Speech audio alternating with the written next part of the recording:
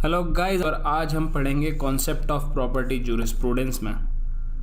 Basically property होता क्या है, मतलब इन जनरल सेंस अपने को पता है क्या है, लेकिन टेक्निकली जूरिस्प्रूडेंस के हिसाब से प्रॉपर्टी क्या होता है, क्योंकि जूरिस्प्रूडेंस में प्रॉपर्टी के बाद दूसरे टॉपिक्स भी पढ़ेंगे, प्रॉपर्टी से रिलेटेड ओनरशिप पढ़ेंगे, पोजेशन पढ़ेंगे। तो अपने को पता होना चाहिए कि प्रॉपर्टी है क्या एक्चुअली। एकदम सिंप्लीफाई करके बताऊँ ना, तो सारे अपने जो लीगल राइट्स है ना, वो अपनी प्रॉपर्टी है। समझ रहे हो? मतलब इन दी एंड अगर आपकी कोई प्रॉपर्टी भी होती है आपके पास, तो क्या होती है? वो एक राइट ही तो होता है। आपकी कार के ऊपर जो आपका राइट है, वही तो आपको कार का ओनर बनाता है। तो ये जो बंडल ऑफ लीगल राइट्स है ना, ये है प्रॉपर्टी, एकदम सिंपल भाषा में। तो और सिंप्लीफाई करके बताता हूँ, एक कार है, वो आपकी प्रॉपर्टी है। तो आपके पास क्या लीगल राइट है? Legal right to own it, सिर्फ वही है क्या? नहीं, you have the legal right to own it, to destroy it, to sell it, to damage it. आप कुछ भी कर सकते हो उसके साथ, ठीक है? तो वो सारे के सारे जो लीगल राइट्स है ना, वो सारे लीगल राइट्स मिला के आपकी प्रॉपर्टी होती है। तो बेसिकली सारे legal right of a person of whatever description are property. Property is all what a man has in law.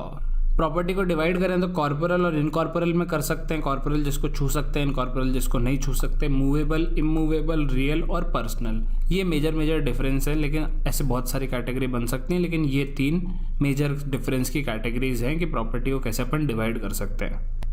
Immovable और मूवेबल में क्या डिफरेंस है? जिसे मूव कर सकते हैं वो मूवेबल, जिसे मूव नहीं कर सकते वो इमूवेबल। सिंपल है। लेकिन क्या इमूवेबल प्रॉपर्टी मूवेबल बन सकती है? आईपीसी के हिसाब से तो हाँ, बन सकती है। Section 22 of Indian penal code बोलता है कि मूवेबल प्रॉपर्टी वो सारी कॉर्पोरल प्रॉपर्टी होती है जो जमीन नहीं होती और ज़मीन से जुड़ी हुई चीज़ें नहीं होती। मतलब ज़मीन और ज़मीन से जुड़ी हुई चीज़ों को छोड़ के बाकी जो सब कुछ है वो मूवेबल प्रॉपर्टी है। तो मतलब कोई इमूवेबल प्रॉपर्टी है, उसको जैसे ही ज़मीन से डिटैच कर दिया वैसे ही वो मूवेबल हो जाएगी। अब अगर आप मेरे पुराने सब्सक्राइबर हो तो आपको पता है क्या आने वाला है।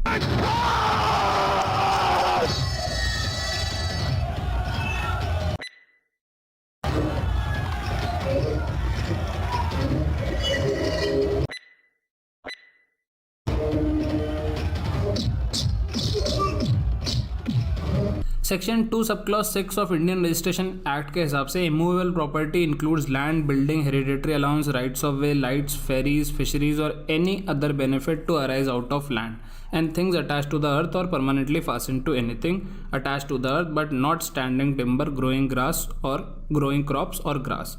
मतलब जो फसल वसल उग रही है उसके अलावा जो भी चीज़ें ज़मीन से परमानेंटली अटैच्ड हैं वो सब इमूवेबल प्रॉपर्टी होंगी, और कोई बेनिफिट भी अराइज कर रहा है वो इमूवेबल प्रॉपर्टी से या ज़मीन से, तो वो भी इमूवेबल प्रॉपर्टी ही माना जाएगा।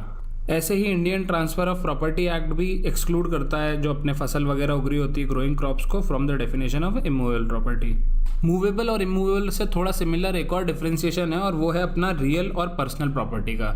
रियल प्रॉपर्टी मतलब लैंड से रिलेटेड सारे राइट्स, और पर्सनल प्रॉपर्टी उसके अलावा सारे प्रोप्राइटरी राइट्स, भले ही राइट टू मूवेबल प्रॉपर्टी हो या कोई राइट इन रेम हो या राइट इन पर्सोनम हो, सब इंक्लूड हो जाएगा। अब देखो, अगर राइट इन रेम और राइट इन पर्सोनम का डिफरेंस नहीं पता ना अगर आपको, तो फिर पता होना चाहिए, क्योंकि जूरिस में टर्मिनोलॉजी पता होती है तो बहुत इजी हो जाता है पढ़ना समझना, और नहीं होती तो फिर सुपर कंफ्यूजिंग हो जाता है। अब प्रॉपर्टी क्या होती है समझ गए, ठीक है? बंडल ऑफ राइट्स होती है। कितने टाइप के होते हैं भी समझ गए, अपने सारे डिफरेंस भी देख लिए, real, personal, movable, immovable, corporal, incorporeal. लेकिन मिलती कैसे है? 4 तरीके होते हैं modes of acquisition of property. आपके पास प्रॉपर्टी आएगी तो कहाँ से आएगी? कहीं से तो आएगी, किसी तरीके से तो आएगी। तो वो 4 तरीके हैं: पोजेशन, प्रिस्क्रिप्शन, अग्रीमेंट और इनहेरिटेंस।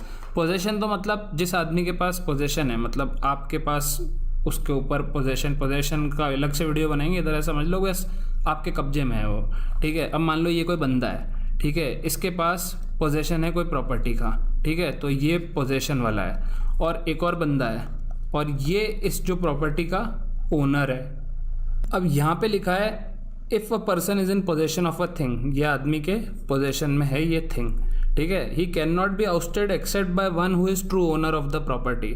मतलब ये ओनर आके इससे प्रॉपर्टी छीन सकता है क्योंकि ये ओनर है, लेकिन जब तक ये ओनर पिक्चर में नहीं है ना, तो कोई भी XYZ बंदा, कोई भी ओनर के अलावा, वो इससे प्रॉपर्टी नहीं छीन सकता। समझ गए? मतलब जो पोजेशन वाला जो बंदा है उससे सिर्फ ओनर ही प्रॉपर्टी ले सकता है, बाकी कोई नहीं ले सकता। बाकी सबके रिगार्ड में यहाँ पे जो कितने भी लोग हैं ना, उनके रिगार्ड में यही प्रॉपर्टी का मेन राइटफुल अभी हकदार है जो है। If a person is in possession of a thing, he cannot be ousted except by one who is true owner of the property. It is said that possession is 9 out of 10 points of ownership. मतलब जिस आदमी के पास possession है उसी को owner माना जाता है अनलेस कोई ओनर आगे प्रूव कर दे कि वो ओनर नहीं है. प्रिस्क्रिप्शन बेसिकली ये है कि आपके पास बहुत टाइम तक एक राइट रह गया, और जरूरी नहीं कोई प्रॉपर्टी, कोई राइट भी हो सकता है, जैसे ईजमेंट्री राइट, ठीक है, वो प्रिस्क्रिप्शन से मिलता है. आपके पास बहुत टाइम तक कोई प्रॉपर्टी राइट रह गई तो फिर वो आपकी हो जाती है. पॉजिटिव प्रिस्क्रिप्शन मतलब होता है कि भाई नया राइट क्रिएट हो गया because of lapse of time, और नेगेटिव मतलब डिस्ट्रक्ट हो गया एक पुराना right because of lapse of time. Agreement में कोई समझाने की जरूरत ही नहीं है, दो जने आपस में अग्रीमेंट कर रहे हैं, मैं इसको प्रॉपर्टी दे रहा हूँ या ये मेरे को दे रहा है, जो भी. इनहेरिटेंस, अब कोई आदमी मरता है तो उसके पास बहुत सारी प्रॉपर्टी होती है, ठीक है, बहुत सारे उसके राइट्स होते हैं, बहुत सारे पोजेशन होते हैं, तो वो सब वो कहीं दे के मरता है. तो वो जो आदमी मरता है और फिर उसके सक्सेसर्स को जो मिल जाती है प्रॉपर्टी, वो होती है इनहेरिटेंस. तो पोजेशन, प्रिस्क्रिप्शन, अग्रीमेंट और इनहेरिटेंस 4 मोड्स ऑफ एक्विजिशन है प्रॉपर्टी लेने के. कई बार अपन देखते हैं कि कोई प्रॉपर्टी है और उस प्रॉपर्टी पे किसी और का भी राइट है ओनर के अलावा. मतलब ओनर का एक राइट तो होगा ही, लेकिन ओनर के अलावा किसी और का भी राइट होगा. मतलब जो प्रॉपर्टी के राइट्स है ना वो डिवाइड हो गए ओनर और किसी और इंसान में. अब ऐसे एग्जांपल लो, 2 इंसान हैं, जो ओनर है वो है ए और जो दूसरा बंदा है वो है बी. अब ए ने बी को ये प्रॉपर्टी लीज पे दे दी, ठीक है. अब इसने लीज पे दे दी ना, तो ओनर की ही है प्रॉपर्टी, लेकिन इसका जो पोजेशन का राइट है वो अब बी का हो गया. तो जो लीज है वो क्या हो गई, वो हो गई एक एनकम्बरेंस, ठीक है. ओनर ने लीज देके एक एनकम्बरेंस क्रिएट कर दी प्रॉपर्टी पे, मतलब बी का एक दूसरे आदमी का राइट क्रिएट कर दिया उस प्रॉपर्टी पे. तो बेसिकली ये कॉन्सेप्ट होता है एनकम्बरेंस का. किसी राइट पे कोई एनकम्बरेंस है, इसका मतलब है वो property is under some rights in re aliena. Right in re aliena होता है rights over someone else's property. अब जैसा कि अपन ने एग्जांपल में देखा था, जैसे कि ए ने बी को लीज दी तो ए ने बी के लिए एक एनकम्बरेंस क्रिएट कर दिया अपनी प्रॉपर्टी पे, ठीक है. तो लीज एक तरह का इनकम्बरेंस हो गया. फिर सिक्योरिटी एक तरह का इनकम्बरेंस हो गया. अब कंफ्यूज मत होना, एक होती है सिक्योरिटी और एक होती है श्योरिटी. यहाँ हम सिक्योरिटी की बात कर रहे हैं. इन दोनों में डिफरेंस आप ये ऐसे समझो. आपके भाई का केस लड़ने का मुझे एक मौका दीजिए, उसके तकदीर के सितारे पलट जाएंगे, मैं कह रहा हूं आपसे. एक मिनट काला साहब, इसे ये मौका दे दीजिए. राणा साहब, मेरी गारंटी पर. हाँ, मैं भाई के 2 नंबर के पैसे को मैं 1 नंबर के धंधे में कन्वर्ट करता हूँ.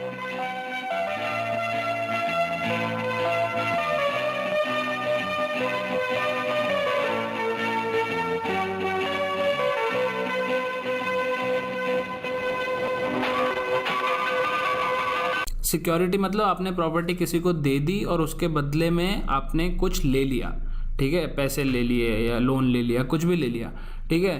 श्योरिटी होता है जब एक आदमी आपके लिए गारंटी बनता है, कि जैसे कोई वाउच करता है ना आपके लिए कि अरे इसका मैं देख लूँगा, मेरे ऊपर है, ठीक है, इसको दे दो काम, अगर ये उसने कुछ घपला किया तो मेरे ऊपर है, तो वो उसकी श्योरिटी है. यहाँ पर सिक्योरिटी की ही बात कर रहे हैं, श्योरिटी की बात नहीं कर रहे हैं. ये एक डिफरेंस है जो लोग बहुत कन्फ्यूज हो जाते हैं, तो मैंने सोचा बता दूँ सिक्योरिटी और श्योरिटी में. तो लीज एक तरह का इनकम्बरेंस हो गया, सिक्योरिटी एक तरह का इनकम्बरेंस हो गया. ट्रस्ट की जो प्रॉपर्टी होती है वो किसी पर्पस के लिए होती है या किसी के नाम होती है, उसका एक ट्रस्टी होता है, उसके सारे राइट्स नहीं होते, तो ट्रस्ट पे भी काफ़ी इनकम्बरेंसेस क्रिएट होते हैं. और एक और है सर्विट्यूड, जो अपन थोड़ा डिटेल में देखेंगे. अब सर्विट्यूड में क्या होता है, आपको पोजीशन नहीं मिलता प्रॉपर्टी का, ना पूरी प्रॉपर्टी मिलती है, आपके पास बस लैंड को एक डेफिनेट पर्पस के लिए ही यूज़ करने का राइट होता है. अब ये कैसे डेफिनेट पर्पस से यूज़ करने का राइट क्या कैसे काम करेगा, या आप टाइप्स ऑफ सर्विट्यूड देखोगे ना तो आप समझ जाओगे. 2 तरह के सर्विट्यूड होते हैं, प्रियाडियल रियल या अपॉर्चुनिटी सर्विट्यूड बोल सकते हो एक, और एक दूसरा है सर्विट्यूड इन ग्रॉस. प्रियाडियल का मतलब होता है रिलेटिंग टू लैंड. रियल या अपॉर्चुनिटी सर्विट्यूड भी बोलते हैं, तीनों का इधर एक ही डेफिनेशन है, मतलब ये अलग अलग नाम है इसके. इसमें जो सर्विट्यूड होता है ना वो एक प्रॉपर्टी पे होता है, ठीक है, और एक दूसरी प्रॉपर्टी को बेनिफिट मिलता है, ठीक है. जैसे मान लो ये एक घर है और ये एक घर है, तो इसमें एक प्रॉपर्टी होती है, ठीक है, जो डोमिनेंट टेनेमेंट होता है, और एक प्रॉपर्टी होती है वो सर्विएंट टेनेमेंट होता है. तो ये जो डोमिनेंट टेनेमेंट होता है ना, इस प्रॉपर्टी का एक राइट होता है सर्विएंट टेनेमेंट. मतलब इस डोमिनेंट टेनेमेंट में जो बंदा रह रहा है उसके पास होगा राइट, और जो इसमें सर्विएंट टेनेमेंट में जो रह रहा है इसको ये राइट इसको देना पड़ेगा. अब ये बंदा अगर चेंज हो जाए और कोई नया बंदा आ जाए तो उससे फ़र्क नहीं पड़ता कि बंदा वही का वही है. नया बंदे के ऊपर भी अगर वो डोमिनेंट टेनेमेंट में रह रहा है तो उसके पास राइट होगा, क्योंकि जो राइट मिल रहा है वो प्रॉपर्टी से आ रहा है, ठीक है, उस प्रॉपर्टी के पास राइट है. वहाँ पे जो बंदे रह रहे हैं उनके पास राइट या उनको राइट नहीं देना पड़ रहा. इसका एग्जांपल ऐसे लो आपकी, जैसे मान लो ये एक डोमिनेंट टेनेमेंट है, ठीक है, और ये एक सर्विएंट टेनेमेंट है। अब ये जो डोमिनेंट टेनेमेंट है इसके यहाँ भी घर है, यहाँ भी घर है, यहाँ भी घर है, यहाँ भी घर है, यहाँ भी घर है, और यहाँ भी घर है, और यहाँ भी घर है, और ये जा रही है रोड, ठीक है। तो सर्विएंट टेनेमेंट वाले को इसको रास्ता देना पड़ रहा है, ठीक है, इसको ईजमेंट भी बोलते हैं। तो ये डोमिनेंट टेनेमेंट में रहने वाले का राइट है सर्विएंट टेनेमेंट से कि वो उसको रास्ता दें या जाने का, ठीक है। तो कुछ राइट मिल रहा है, यही हो गया ना, वही राइट वाली बात कर रहे थे अपन। अब सर्विट्यूड इन ग्रोस में क्या होता है, सालमेंट के हिसाब से सर्विट्यूड इन ग्रोस होता है जब कोई अपर्टेनेंट नहीं होता किसी टेनेमेंट पे, मतलब प्रॉपर्टी से कोई रिलेटेड नहीं है, आदमी को मिल रहा है, ठीक है, सर्विट्यूड जो मिल रहा है। सर्विट्यूड इन ग्रोस दो तरह के होते हैं, पर्सनल सर्विट्यूड और पब्लिक सर्विट्यूड। पर्सनल सर्विट्यूड में किसी एक पर्टिकुलर आदमी से अटैच्ड होता है सर्विट्यूड, और जो जैसा कि पब्लिक सर्विट्यूड में नाम से दिख ही रहा है, जनरल पब्लिक के पास होता है सर्विट्यूड। अब ध्यान रखना, जब राइट ऑफ वे मिलता है ना, जैसे जो एग्जांपल दिया था, तो इसे बोलते हैं ईजमेंट, ठीक है। तो ये एक तरह का सर्विट्यूड होता है। और जब प्रॉफिट कमाने का मिलता है ना राइट, जैसे मान लो कोई लेक है किसी आदमी की, उसमें राइट मिला हुआ है आसपास के गांव वालों को मछली पकड़ने का, तो कुछ प्रॉफिट कमा रहे हैं, तो उसको प्रॉफिट पेंद्रे बोलते हैं। तो ये दो तरह की चीज़ें हैं, मतलब जो टर्म्स आपको पता होनी चाहिए, क्योंकि सब टर्म्स का एक खेल है। देखो इन दी एंड आपको है ना रियल लाइफ में या फिर कोर्ट में कहीं काम नहीं आने वाला टाइप्स ऑफ सर्विट्यूड्स, ठीक है। यूजमेंट थोड़ा बहुत काम आ जाएगा, लेकिन इन दी एंड सब टर्म्स का खेल है, टर्म्स पूछेंगे